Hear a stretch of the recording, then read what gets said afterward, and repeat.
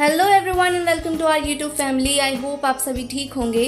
तो आज इस वीडियो में हम कवर करने वाले हैं क्लास 6 NCERT साइंस का चैप्टर नंबर 7 जिसका नाम है पौधों को जानिए यानी गेटिंग टू नो प्लांट्स। तो सबसे पहले हम जानते हैं कि पौधे कितने प्रकार के होते हैं। पौधों को कुछ इस प्रकार वर्गीकृत किया गया है जैसे कि शाक यानी हर्ब्स। इनके तने हरे और कोमल होते हैं और ये बहुत छोटे पौधे होते हैं। इनमें शाखाएं नहीं होती जैसे कि धनिया। नेक्स्ट है झाड़ी यानी श्रब। इनके तने शाक की तुलना में थोड़े से कठोर होते हैं लेकिन अधिक मोटे नहीं होते। ये पौधे शाक की तुलना में थोड़े बड़े भी होते हैं जैसे कि गुलाब। नेक्स्ट है वृक्ष यानी पेड़। ये बहुत ऊंचे और बड़े होते हैं। इनके तने भी गहरे भूरे रंग के और कठोर होते हैं। इनकी शाखाएं भी कठोर और तने के ऊपरी भाग से निकलती हैं जैसे कि आम। नेक्स्ट हम पढ़ेंगे विसर्पी लता यानी क्रीपर्स के बारे में। कमजोर तने वाले पौधे जो सीधे खड़े नहीं हो सकते और जमीन पर फैलते हैं उन्हें क्रीपर्स या विसर्पी लता कहते हैं जैसे कि तरबूज। इसके बाद हम पढ़ेंगे आरोही लता यानी क्लाइंबर्स के बारे में। ये वो पौधे या लताएं होती हैं जो आसपास की चीजों की सहायता से ऊपर चढ़ जाती हैं जैसे कि मनी प्लांट। अब हम पढ़ते हैं पौधों की जड़ के बारे में।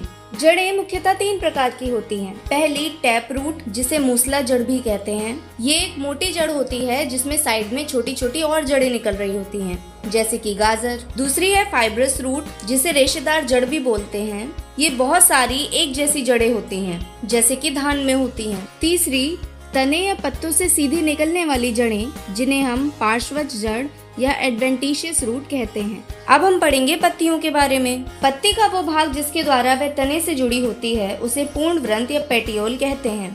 पत्ती के चपटे हरे भाग को फलक या लैमिना कहते हैं।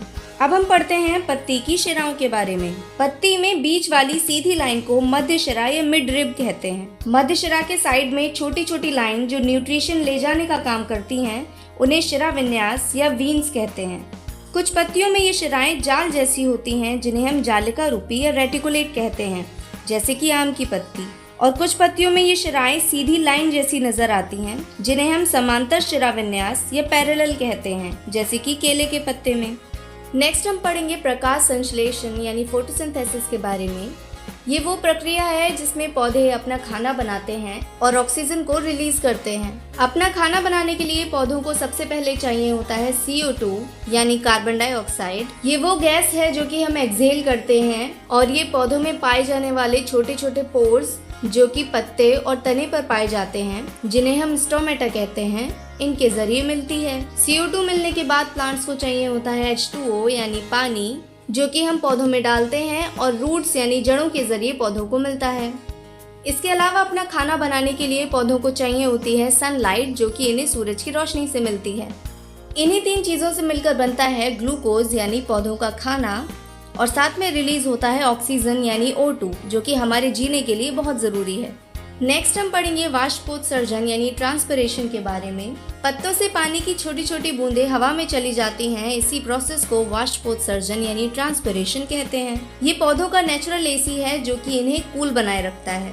स्क्रीन पर शो हो रहे चार्ट में पुष्प के सभी भागों के बारे में बताया गया है। साथ ही दर्शाई जा रही पुष्प की इमेज में सभी भागों को दर्शाया भी गया है। अब मेरा आप सभी से एक सवाल है कि पौधे का कौन सा हिस्सा बीज में से सबसे पहले निकलता है। इस सवाल का आंसर आप मुझे कमेंट में जरूर दीजिएगा। इस चैप्टर में बस इतना ही। तो मिलते हैं आपसे अगली वीडियो में। तब तक के लिए टेक केयर, बाय बाय।